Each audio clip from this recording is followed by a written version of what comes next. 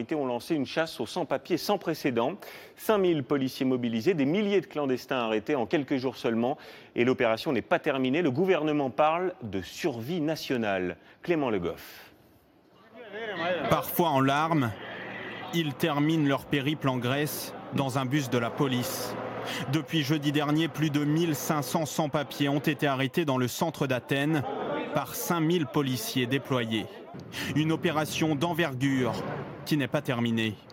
Stopper l'immigration illégale, un besoin de survie nationale, d'après le gouvernement. Je demande à chacun d'entre vous de soutenir cette opération pour qu'on ne voit plus de sans-papiers dans le centre d'Athènes. Les victimes de cette situation inacceptable sont d'abord les immigrants eux-mêmes qui vivent dans des conditions tragiques. Les sans-papiers sont transférés dans ce centre de rétention à la frontière entre la Grèce et la Turquie avant d'être reconduits dans leur pays d'origine. Un regain de nationalisme quelques semaines seulement après l'entrée d'un parti néo-nazi au gouvernement. Il y a quelques jours, Aube Dorée organisait ses propres files indiennes en plein centre d'Athènes. Une distribution de nourriture ouverte à ceux qui souffrent de la crise. Des pâtes, de l'huile, à une seule condition, présenter une carte d'identité grecque. Immigrés, hommes, femmes, enfants, en quelques semaines, près de 10 000 personnes ont été interpellées à Athènes. Les ONG parlent d'opérations illégales. Sur place, envoyés spéciaux, Nicolas Bertrand, Mathias Barois. C'est une des premières places où les forces de l'ordre ont débarqué. Monastéraki, au pied de l'acropole, passage obligé des touristes. Et il y a quelques jours encore, repère des vendeurs à la sauvette et des travailleurs sans papier. Ils ont aujourd'hui tous disparu.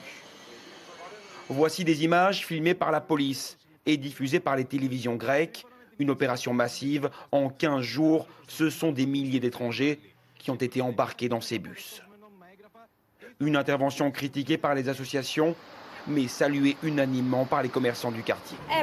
Il fallait le faire. La situation est à un point de non-retour, ça ne va plus. Et la criminalité explose. Partout dans la capitale grecque, les descentes de police se sont succédées. Voici un train de marchandises désaffecté. Il y a quelques semaines, nous y avions rencontré 150 sans-papiers qui y avaient établi un camp de fortune. Aujourd'hui, plus rien. Le train a été enlevé. Il ne reste que 6 Marocains qui ont échappé à la police. C'est insupportable. On est des humains. On est des humains. Nous, on a une image au fond de mon cœur que les Européens, ils sont très, très humanitaires. Il y a déjà à Athènes des dizaines d'endroits comme celui-ci qui ont été évacués, des camps provisoires mais aussi des logements en dur. Au total, en quelques jours, ce sont plus de 6000 clandestins qui ont été interpellés. Des étrangers victimes aussi d'attaques racistes. Dimanche, le corps sans vie d'un jeune Irakien a été retrouvé à côté de ses poubelles, poignardé par 5 hommes encagoulés. Des attaques que la police attribue à des groupes d'extrême droite. Pour cet avocat qui défend de nombreux immigrés, c'est la crise qui a attisé le racisme. Ces attaques vont s'amplifier et continuer. Je ne suis pas optimiste du tout.